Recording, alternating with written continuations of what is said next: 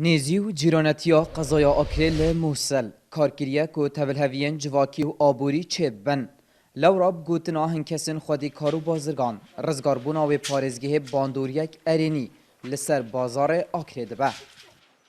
خود زور واسطه میسل هات یگرتن تاثیر اکازه زیده آکری هات یکرن و تقریبا 106 هفته نفر ملمی سلطینانه بره مدانه شوله و قندرات مفاد گرتن اونو که همی تکچو انشالله وکر نامی سرجی ده کارت گرنک آزول آکری کتن خودی گلک تشت بو متاد گیش بو چیمن تو عراقی بو حدید گلک تشتات یعنی طابوک ابنرینا اوی والاتیای رزگاربونا پارزگاه نیناوا دریه که دنیه بازرگانی لهمبر آکری و دباو کرینو فروتن و آلوگوریم بازرگانی لهر کرسته کی باشتر دباو دبیجه خیر و برکته تی و بونا موسل از شیم بیجم درگه کی رزق ده و بیت بو هرم کردستان تایبت بو قضا آکری بحكم هذه مع علاقات الشخصي وجواكي ما هنا قال مثل والبري هاتنا داعش ما بازرگاني قال يكتر قال جاب بريك اب هيوانديا تليفونيا ما كارين فروتن قال يكتر سياره مالي را بوانتناردن اوانتنار نيرا سياره و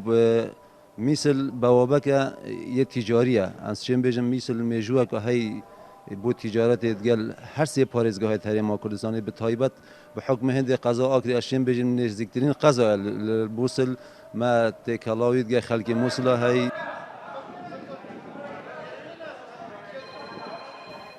نویسینگه و کریارو فروشیارن اردو خانیان جدا لوان هردو بو چونان بیجن اب آرامیا موصل بازار مخ خاف دبید لیوان آرامیا و پارزگه به گرنگ درج گرماتیا بازار خو وبرفريكاف تاد ميصل دو شروما يعني اوتوماتيكيا شروما خردي روست دي تاخوري نسبة عقاراته نسبة املاكه ايجاره ويجو تقريبا هاي وقتي هيا ايجار ما تقريبا روست عالم بري اللي كي كودي تشلهيت ميصل دي تشلهيت حاجه خودي نك ان شاء الله خودي نك ميصلش خراب بي وبسرو بر بيت قالك ام حسنو كان ما قالك بيخوجا كو اورامي بكفت ميصل دا ميصل خراب بيت والله عالم مجبور هذا اللي ربخو عرضو كريتو دي بخو خونيو كريتو دي بخو دا شول كاتو دي شول زيادة تربيتو دي بتر شول كفتت اوكريدو آکره 75 کیلومتران جسنتری پارزگاه نیناوا دوراو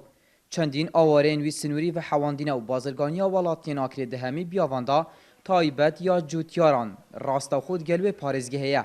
لو ما رزگار بونا و خلکی آکره دلخوش کریه